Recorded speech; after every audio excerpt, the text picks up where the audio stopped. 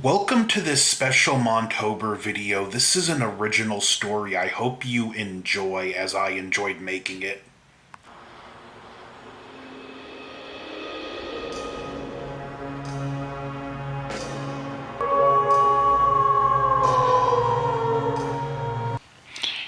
Hello, my name is Richard Colton. I'm going to tell you a story of a terrifying encounter I had in the woods a few years ago. Up front, for your own safety, I'm not going to tell you where this was. Just know it was in grizzly bear country. Me and two friends would go on an annual camping trip. Lee and Jack. We would get a couple canoes. Well, we had a couple canoes. We would load our canoes up with camping supplies and find a camping site. We would canoe up river for a few hours, find a place, camp, spend 3 or 4 days, then go back. It was a fun trip we looked forward to every year. Sadly, this was the last one. They never made it back out. Now, for myself, part of the fun of these trips, I'm an amateur photographer, and I enjoyed photographing wildlife, so I would bring some scent masking spray and a ghillie suit so I can go out into the woods, hide, and get good photos of wildlife. Lee just generally liked to just enjoy the outdoors, as we all did, but that's what he was mainly there for. And Richard, Jack, the fishing enthusiast, would always make sure we had something to eat. Some of our other supplies would be your odd in and out survival knives for each of us, fire starting equipment. Bear spray is an absolute must in grizzly country. But still pack light, because this type of trip you don't want to carry too much stuff. We didn't pack any more than we needed, and we were all seasoned outdoorsmen, so we were pretty much prepared for anything, or so we thought. After we got upriver far enough, we camped at a site near the riverbank, but not too far off. We placed our canoes by some trees, again, near the riverbank, but not too far off. After choosing our campsite, we began to set it up. Starting with the tents, I set up my tent, hanging some essentials like my battery-powered rechargeable lamp from the tent, which also I had a little solar-powered power bank, so we could keep some essentials like that charged, so there would be no danger of running out of battery power. Not that we needed, but you just never knew. I also hung some odds in and outs in a bag from the tent, including my bear spray. After I finished, I went outside. Myself and Lee decided to set up the fire pit. After we finished, Jack set up the cooking area and quickly caught a couple fish, so we were able to have a late lunch. After the lunch, Lee decided to go on a little nature hike, and I put on my ghillie suit, sprayed some scent masking spray, and I decided this would be a good time to get some photos. Not a bad haul for my first round of photos. I got some birds, including a hawk off in the distance. I got some photos of some elk, including one grazing from the river, and I managed to snap a few images of fish in the river, which is not always easy to do. Lee came back from his hike and he also went foraging. He found some wild mushrooms that were safe to eat, some herbs, some wild berries that were still in bloom, and Jack caught a number of fish as well. These weren't trout, so we weren't bound by limits. All told, we were able to make a good meal that night off of things mostly caught and foraged. The fish cooked with the herbs with the mushrooms were amazing, and Lee made a good dessert out of the berries and some of the supplies we brought along for cooking. It was a great meal and a fun first start to the day.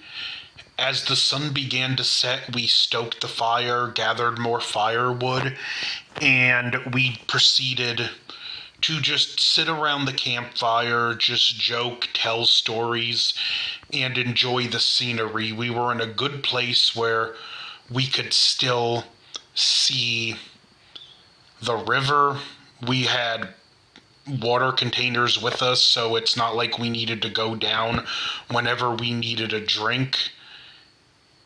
As well as we had the proper equipment to purify water. Just a fun little evening. After several hours of joking and swapping stories, we proceeded to go to bed. And the first warning signs of this terrible excursion would appear. It was a night plagued by a cold probing, a primordial instinct warning me of fear that was just under the surface, subtle. We should have all have listened to that and left the next morning. Sometimes I would hear what sounded like heavy breathing from an animal very near, as well as the scent of wet dog and carrion would occasionally drift into the campsite.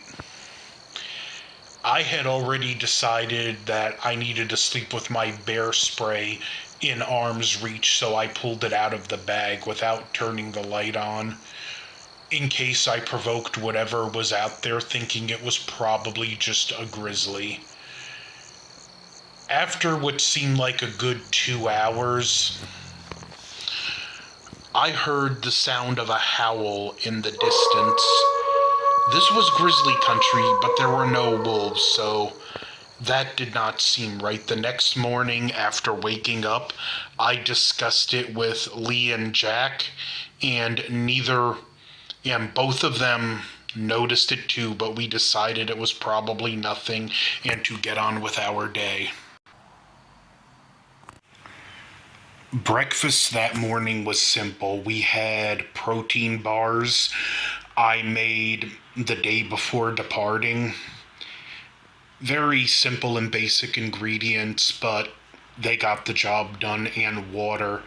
After breakfast, we loaded up our canteens and decided to go on a bit of a nature hike. We talked a little more about the noise last night and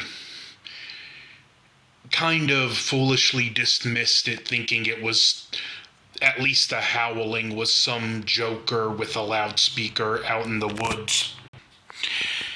After hiking about 10 minutes, we found this small cave. It had a small opening, big enough for a man to get through, but a bear or a large predator couldn't. We decided to enter the cave. After walking back about 20 feet, it took a curve to the left and had about 3 feet of space before it dead-end. None of us thought to bring a flashlight, so we couldn't make out too many details in the cave. We were just going by the light that was trickling through, but it was an interesting find, and I made a mental note to come back later with a flashlight so I can take photos and document. We left the cave and decided to go east for a while. After about 20 minutes, we decided to head back to the camp. I did notice by the riverbank at this point there were some strange footprints none of us recognized, but again, we didn't think much of it. We figured they might have been distorted somehow. We returned to the campsite and finished our morning with coffee and a game of cards. Of course, we didn't bet money, but Lee, who had a knack for cards, won almost every hand. I swear he was a dirty cheater. I was never able to prove it, but no one has that much luck. At lunchtime, well, before lunch, I got my gear ready because I was going to take more photos. We had a simple lunch of some of the dehydrated, freeze-dried food we packed. It was a freeze-dried lasagna. Was delicious, and some of the leftover mushrooms were still there, so we cooked those up to have with the lasagna. I got on my ghillie suit, sprayed my scent masking spray, and I proceeded to go back to the cave. It was nothing overly special, just a typical small rock cave.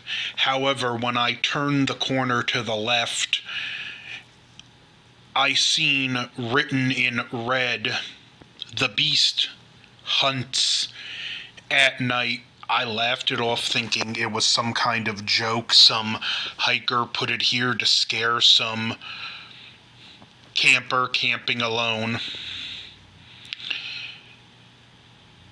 And I left the cave and just decided to go hiking deeper into the woods to see if I can find anything interesting to photograph. Eventually, I snapped a grizzly bear off in the distance, and the grizzly bear seemed spooked for a minute. I thought it noticed me. I readied my bear spray, and it ran off in the opposite direction. I mentally wrote it off as another bear, but kept my bear spray at the ready just as a precaution. The forest sounded vibrant and full of life at this point. After about 5 minutes, I experienced a phenomenon known as the silence, where the forest goes deadly quiet. It's something that typically happens when there's predators around, and it's a very eerie and disturbing experience if you've ever experienced it. I actually pulled the bear spray out, and I was really prepared to defend myself. After a few minutes, the sound came back to the forest, but I did notice there was a faint trace of the smell I smelt last night.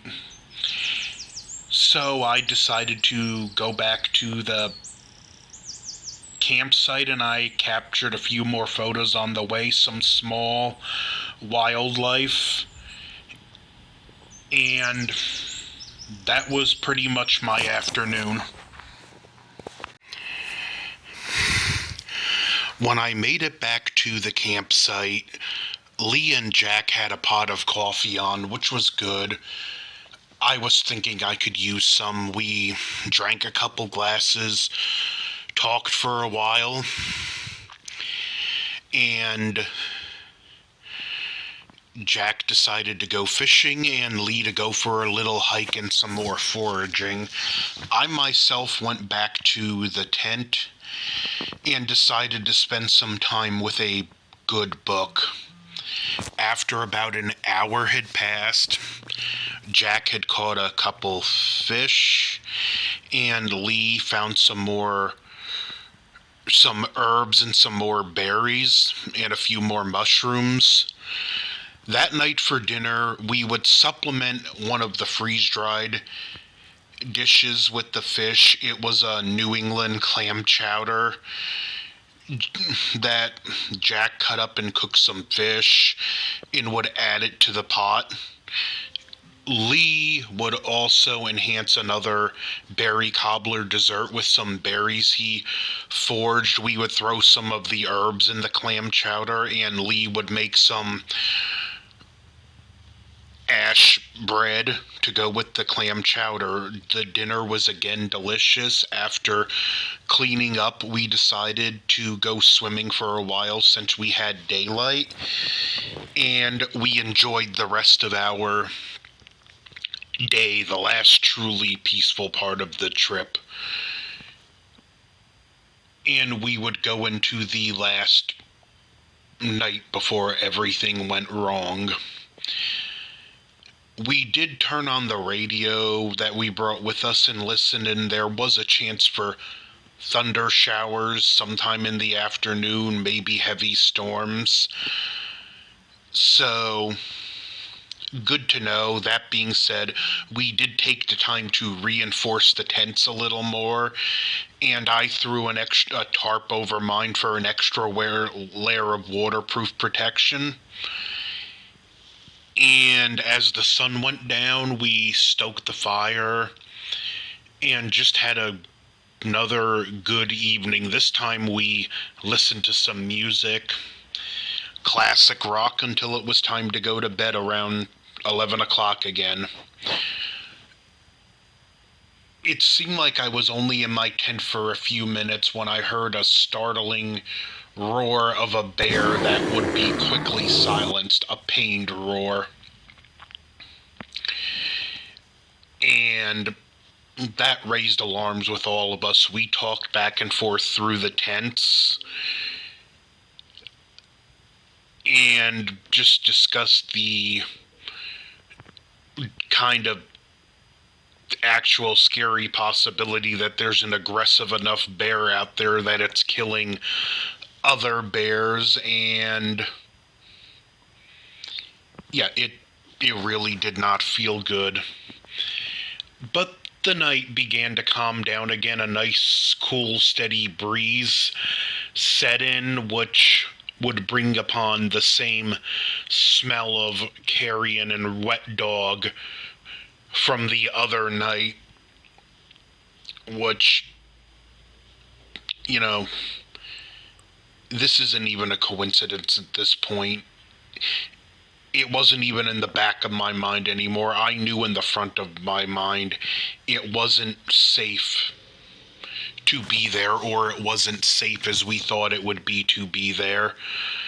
After, I don't know how long, when things seemed to settle down, we heard the scream of an elk that was quickly silenced. After this, we all exited our tent and discussed it. We agreed we would get up in morning, follow the same protocol as normal, and then we would go examine the surrounding areas to see if we can find any signs of what's going on. And if we saw anything we didn't like, we were leaving that next morning. The night was, I'm not gonna lie, a restless sleep.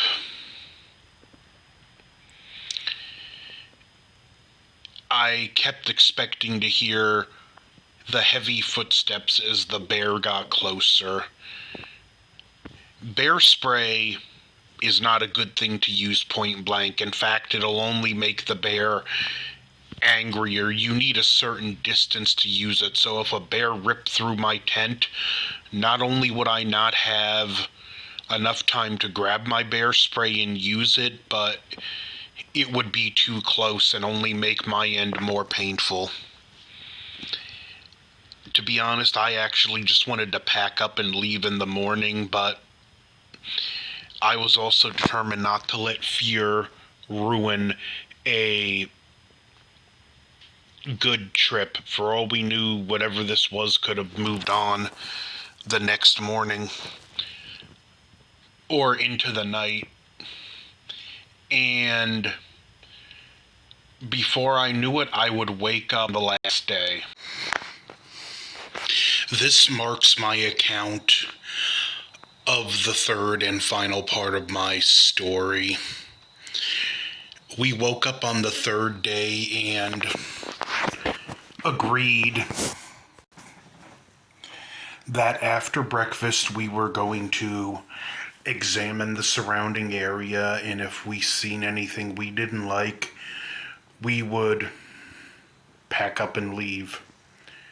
We had a quiet breakfast, a dehydrated sausage gravy, scrambled eggs, and some biscuits Lee cooked up with some of the cooking supplies. After we cleaned up, we decided to hike east in the direction of, well, northeast maybe. You'll have to excuse me, some of this is foggy. These are not going to be the easiest memories to recall, but we walked in the direction of where we heard the elk, which seemed to be the closest. It seemed like we searched for a good area because there was still a big area to fan out when Lee started hollering for us. We found the corpse of an elk. Its throat had been ripped out, its guts ripped out and consumed, as well as one of the rear legs just ripped off, and strangely enough, its face was eaten too. This isn't typical behavior for how a bear would feast. If anything, we would have come across a buried corpse that the bear would eat later. We should have turned back then, although that might not have done us any favors either, but I'll get to that shortly. So, we just walked in the direction after that we heard the bear off in the distance. This was a lot farther off, and it took another good hour and a half, maybe 2 hours. We finally, Jack was the one that stumbled upon the grizzly bear, and it was killed in the same manner. Throat ripped out, back leg ripped off, guts eaten, face eaten. At this point, we decided, enough is enough. We're just getting out of here. Whatever would kill a bear this brutally, we just wanted to get out and report it to Forest Service. As we got to the campground, which again took a little while because we walked pretty far off, we heard a clap of thunder, and the wind began to pick up. We quickly turned the radio on to get the weather report, and as it was telling us that a chain of severe thunderstorms are going to follow through for the rest of the afternoon, we were putting tarps over the rest of the tents, which I had the foresight to do to mine the other day, and we reinforced the tents a little with extra stakes and lines. We figured we were probably going to be in this situation for a while. I switched the radio to a classic rock station and put it in the storage tent. This way we would have some music to listen to during the storm, and within moments of my handing out the MREs I packed for the last day, the rain began to fall and we got in our respective tents. And we proceeded over the course of the next few hours to get hit by a series of severe storm. The wind, the lightning, the rain. It was so lucky we had a chance to reinforce the tents before the storm got here. And between the wind, rain, and lightning, it was so loud we could barely hear the radio, so I might as well have just shut it off. I consumed my MRE, which useful little pack to have. Everything you need for a meal, you just need to add water to the drink mix and to a flameless heater. Mine was a stir-fry beef type meal. Everything was good. After the storm subsided, we stepped outside to survey a river whose levels have risen significantly. Nothing that wouldn't go down fast, but given the fact that some of the way we had to traverse back wasn't the easiest to navigate under ideal circumstances, we were resigned to the fact that we were forced to spend another night here because there was no navigating this river right now. So we decided to get a dinner going. Lee said he was going to go for a walk to clear his mind and see what he can forage. On the way back, myself and Jack, we decided to maintain the campsite, which due to the ground being soaking wet, we had to find some rocks. It's a good thing there was a layer of gravel near the river bank that we were able to scoop in buckets and put in the ground so we could have a barrier between the wet ground and the fire. And when I say on the edge of the riverbank, there was some patches of gravel a few feet away from the riverbank, but due to where it had risen, it's now right on the riverbank. And that was pretty much it. It took some effort, especially with a lot of wet wood, but we got a new campfire going and put some coffee on. After a time it became apparent Lee should have been back by now, so we decided we should gear up and go looking for him. I grabbed my canteen, my bear spray, and I went out walking and looking for him. Sadly, we would never find him. Little did we know when he left earlier that it would be the last time we would see him alive. Like normal, he didn't take a bear spray. We could over the time searching, I could occasionally hear Jack calling out his name as I was calling out his name. And we searched until it was getting close to sundown. So I decided to make it back to the tent. I grabbed a flashlight and a headlamp, because it was getting too dark to trape through these woods alone. About 5 or 10 minutes after sunset, I heard Jack holler in the direction of the campsite. Well, a holler is inaccurate. It's more like he screamed in absolute terror. I ran to the campsite, and I found he had dropped his bear spray, him running off into the woods in another direction, and some strange tracks similar to the ones I've seen the other day following him.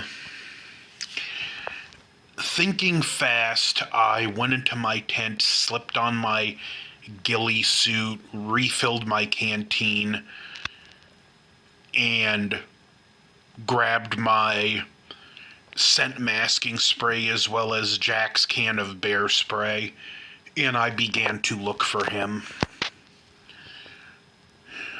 I followed the trail until I got lost into the woods.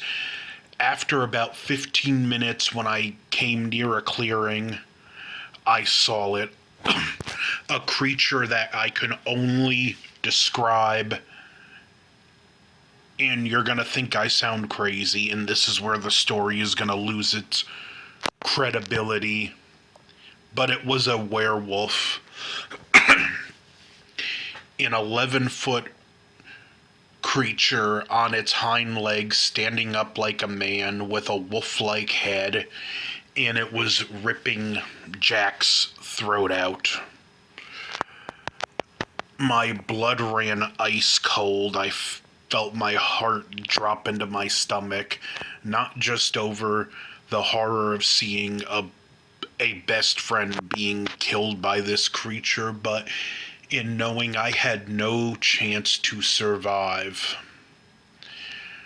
I dropped to the ground and began to crawl away, trying my best to stay out of sight.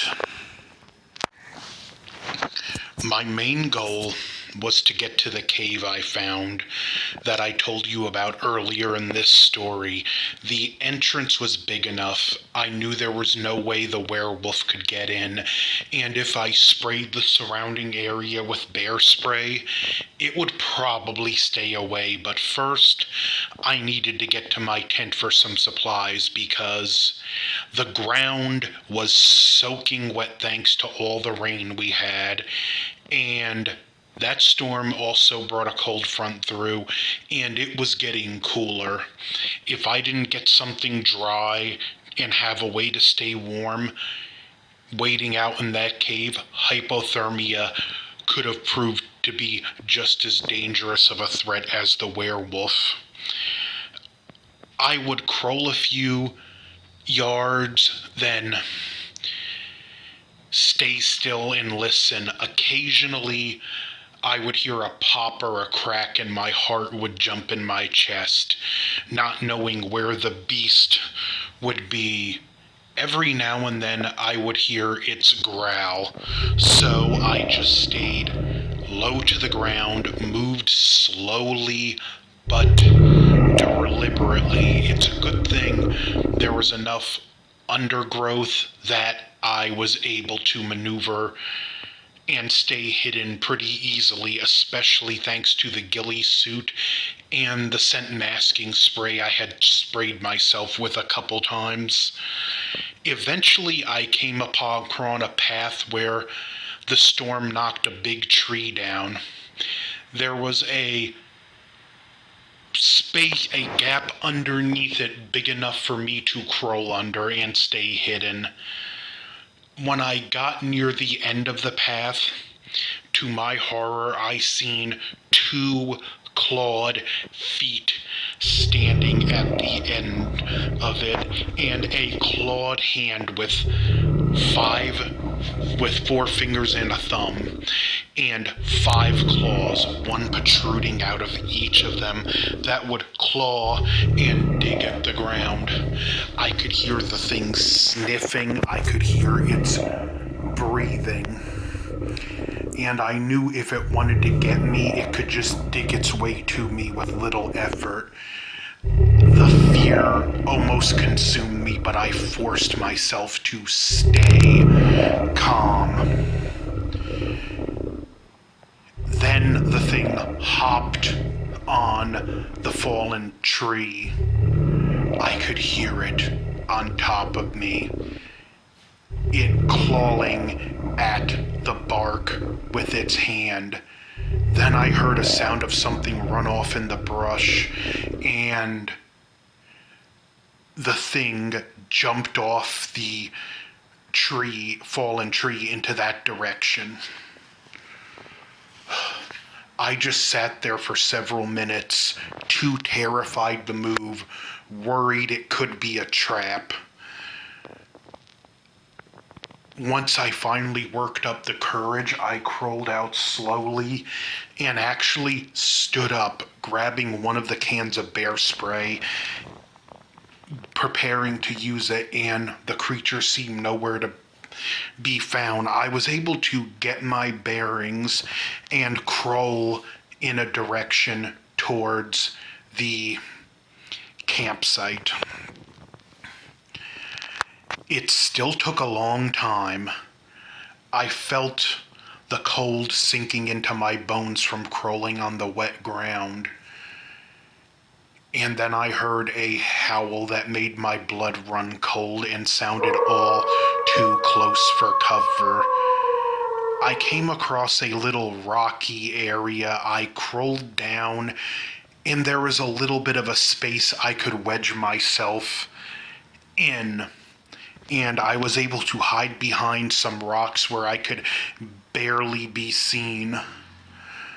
And it's a good thing I did that. The creature walked by. I was able to get enough of a look at it, and the way it moved, it had an almost human-like intelligence to it.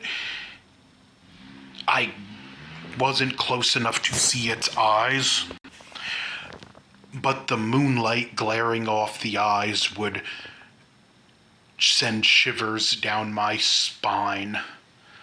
The creature eventually climbed into the river and swam to the other side. After waiting a few minutes, I began the path crawling back to my tent, which still took some effort. I think all in all from here it would take me an hour to get back to the tent, between crawling and hiding and hearing the occasional roar indicating the occasional growl. I apologize if I seem scattered. It's not easy to relive these memories, but the occasional growl from the creature indicating it was close at hand and swam back across the river. Plus, I could smell the scent of rot and wet dog.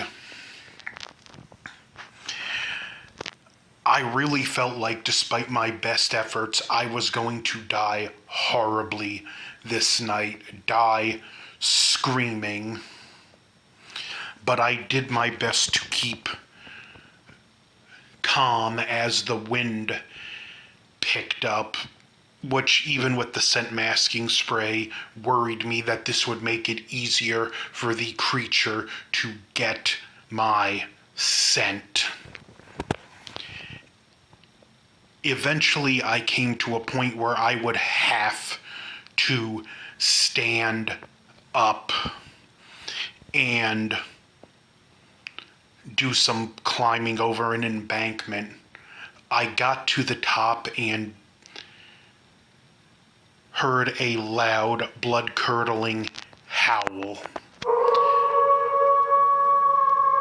The beast was close, and I knew it was hunting me. It was just toying with me. I felt like it could claim my life at any point it wanted, but it wanted to have fun with its prey before it ripped me to shreds. I could just think about my friends and family getting the notice that I had been found ripped to pieces in the woods, that none of our families would get any closure if they didn't find our bodies, and judging by this creature, that was a very distinct possibility, because it would still be a few days before we would be reported missing. Eventually, I made it back to the campsite. I crawled in my tent and took a huge breath, I felt like I could have a moment's peace, at least in the tent with no light on. I couldn't be seen. I grabbed a water jug in my tent and drank several gulps of water before clearing my head, and I packed my bag. I threw a couple of those emergency blankets looking in, the reflective plastic type ones, a dry set of clothes because I didn't want hypothermia, and a blanket. I also grabbed my survival knife I didn't have on me. Not that it would do me any good, but if I had to fight the creature between this and the bear spray, I would go down fighting and it would remember me.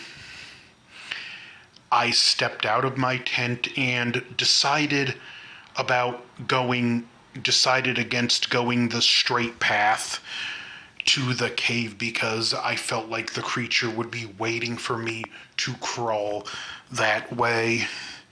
So I went another roundabout way. And again, back to just crawling and sleeking through the ground. Eventually, I got to a point where I had to stand up, and I saw it 30 feet away. It looked at me and let out a howl. I could feel the hatred and anger this thing had in it for me. Thinking fast, I unsheathed my knife and grabbed one of the cans of bear spray while the other was still clipped to my belt loop. I waited for the creature to run within 20 feet of me before I let a spray of the bear spray out.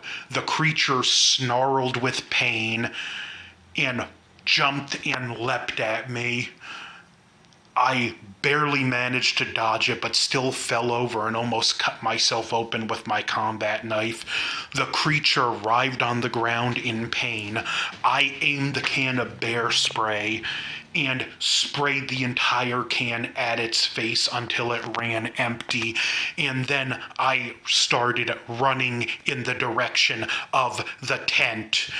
Every moment I feared the creature would leap onto me and I'd feel the sharp pain of its claws tear into my flesh before it ripped my throat out. I ran out of breath, caught it, but as soon as I got my breath back, I would run again. Eventually, I made it to the cave, my shelter, my refuge, my fortress. Thinking fast, I grabbed the second spray and sprayed it along the perimeter of the entrance as well as on the ground and climbed in, careful not to get any of the spray on me. Then I sprayed a second blast on the ground and ran to the back before the scent overwhelmed me. I quickly turned on the headlamp, switched it to the UV light, same with my flashlight, and with what little light I had, I tried to change before deciding I needed more light and switched them to the red light feature. I put on some dry clothes and some hand warmers I also had in the bag. Well, I didn't put them on. I took them out and activated a couple of them and wrapped the survival blanket around me, determined to just wait out the night and hope I can make it to the campsite in the morning and get to one of the canoes and row back down the river and get back to the ranger station and report a bear attack, because I knew no one would believe me if I said werewolf, and a bear would be a more believable account, which is part of my reason to tell this story now and release it on the internet. I want people to know how my friends died. I want people to know what I survived, but I'll get more to that at the end of this story. For now, I knew I was safe in the cave unless the thing kept me cornered there till I dehydrated, which was a very real option. I got myself situated in the cave. I've also found a pair of gloves that I stuck 2 hand warmers in. I activated a few more and wrapped the survival blanket around myself. All told, it held in the warmth well, and I began to think I just might make it through this night. After maybe 30 or 40 minutes, I heard the growling. The creature was close, maybe standing outside the cave. And it stayed that way for a while. Eventually, my imagination got the better of me, and I got to thinking about what if it can get in the cave and it just kills me cornered. Well, I was cornered no matter what at this point if that was the case. So I decided if it was going to kill me, I was going to die on my feet facing it. I grabbed the bear spray and my knife, activated my headlamp, and walked towards the entrance of the cave. I could see the creature standing there, clearly too big to get through, but keeping enough of a distance away to know the residual bear spray worked as a repellent. I began to walk closer and closer to the cave, not close enough that I would be within arm's reach, but close enough that I can see the creature. The best way I can describe how it looked would be a cross between the werewolf from The Howling and the werewolf from Silver Bullet. I studied it with my headlamp and noticed it had a gaping, bleeding eye socket. The only thing I could think of was when I sprayed it with the bear spray, the creature must have gouged an eye out in panic.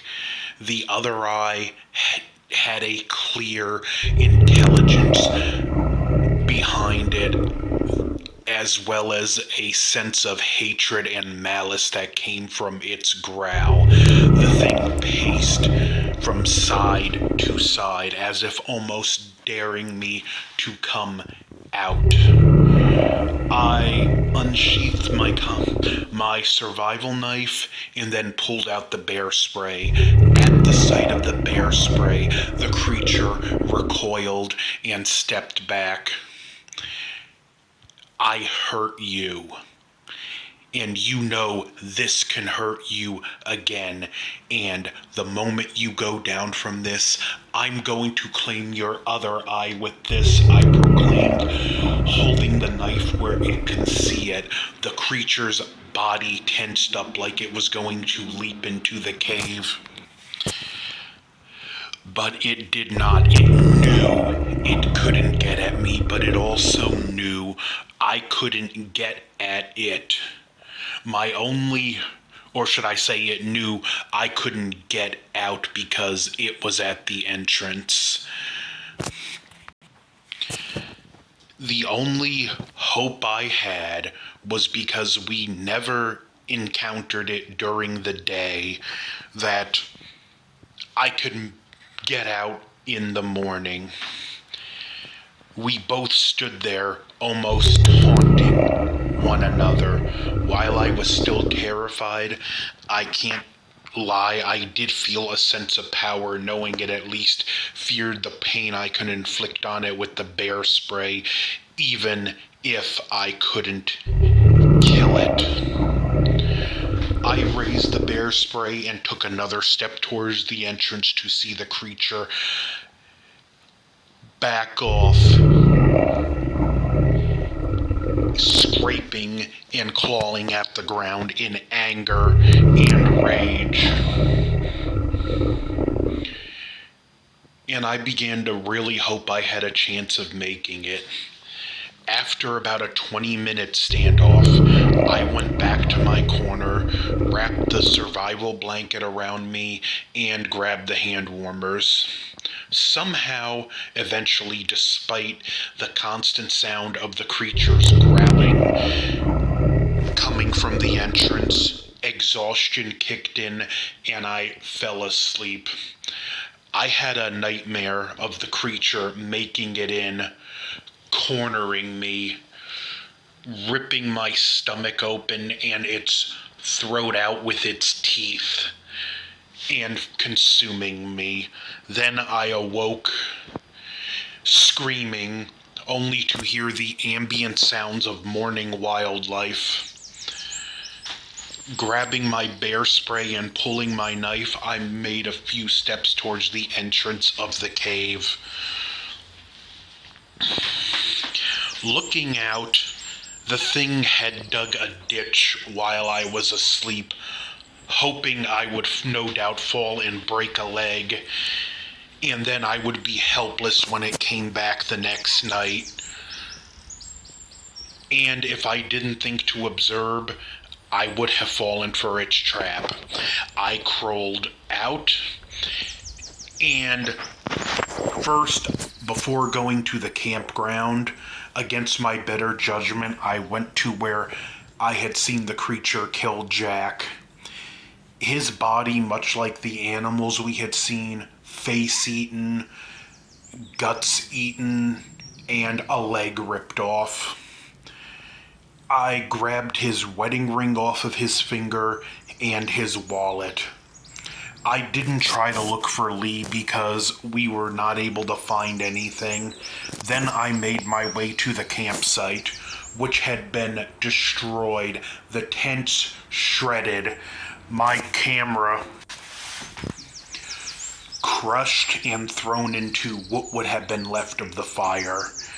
My power bank was even shattered, as well as, smashed, as well as the solar panels shattered. I emptied out my duffel bag and went through what was left of Lee and Jack's belongings and grabbed some personal effects I knew their family would appreciate. I did not plan on staying longer and did not want to bring anything else back. I drank my canteen empty, filled it, and drank again. I quickly ate a couple protein bars that I had with me and drank some more water before going to the canoes. I grabbed when I got to the canoes, to my relief, they were still intact and the oars tucked in them like they were when we left. Good thing we left them far enough away from the riverbank. I unchained them, threw my duffel bag in the canoe, and began the long and arduous trip back to civilization. Because of my exhaustion, despite sleeping, the terror, and the adrenaline, I did not feel like I rested. It took me significantly longer to make it back, as well as the river conditions were still not ideal from the previous day's storm. Eventually, I made it to the boat landing we departed from.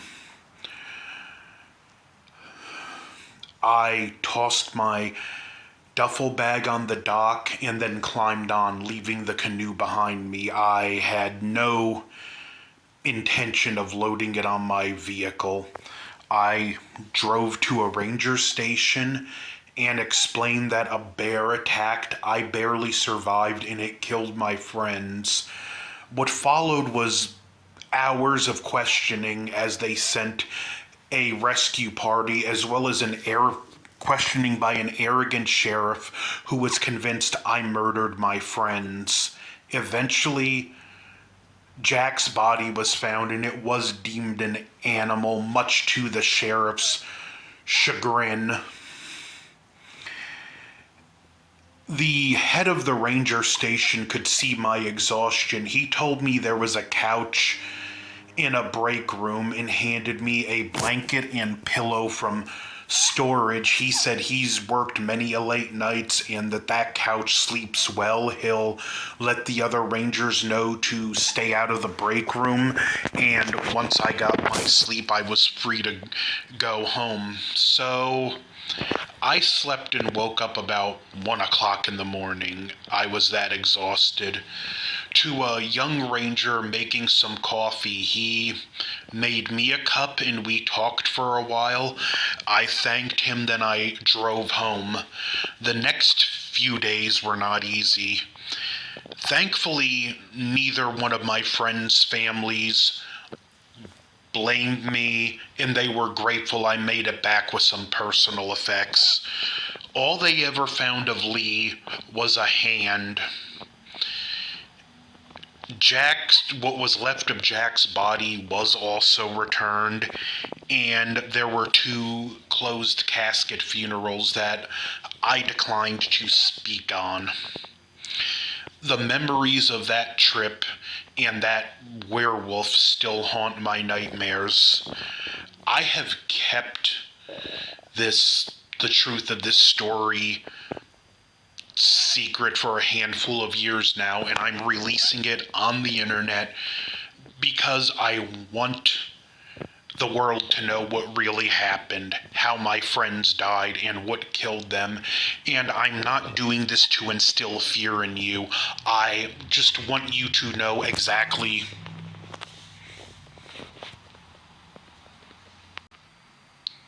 what is out there, that there are creatures that we do not recognize by science in these woods, deadly creatures.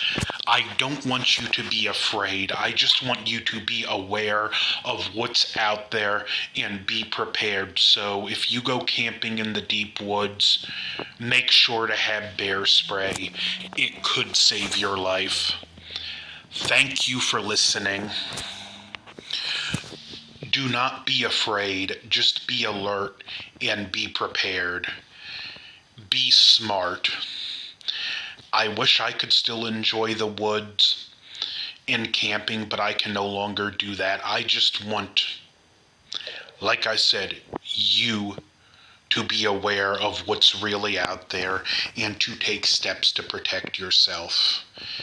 I hope you can still enjoy the things I enjoyed after listening to this. Thank you. Thank you. The story you have just listened to, and again, I thank you for listening to it, is an original story that I came up with. I just want to give you a little background for this story. I basically envisioned the ending of this story and how the character who did not have a name yet would survive an encounter in the deep woods with the werewolf.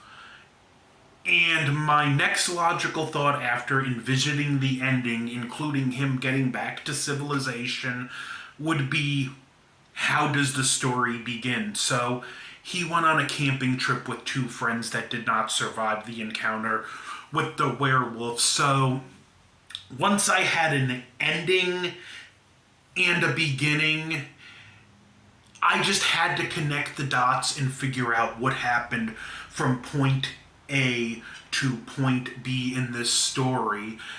Now, while making this video, which took over a week, I couldn't decide on a title. The working title was The Wolf. I was thinking The Wolf of Grizzly Country because they're camping in Grizzly Country. And I finally settled on The Wolf Stalks Grizzly Country. Not a title that exactly rolls off the tongue, but naming stories can be almost harder than telling them themselves. I had recorded this story fully piecemeal, bit by bit, and as you can see, there's a little bit of wonkiness with the intro, and I actually have a brief intro in the beginning with me talking. Well, it was because I had made some mistakes along the way, and I would undo certain things. In the process of doing that, I undid my trimmed down intro, and because I worked so hard on this video, planting so many of the sound effects already, and knowing trimming that down to be the normal Montober video intro length would mean replacing all those sound effects again, and to be honest, I just couldn't bother. I just want to get this story out before the end of October. This is my third Montober original story. And I kind of want to make this a yearly tradition where, in addition to making content where I talk about horror movies, I want to tell at least one original story every year because it is a fun process. I know my stories aren't anything particularly great, but it's so gratifying to create something original that's mine rather than me talk about how I feel about someone else's work. So again, if you've watched this whole thing, whether you liked it or hate it, I thank you. And if you have any input, I welcome it. Just tell me, like,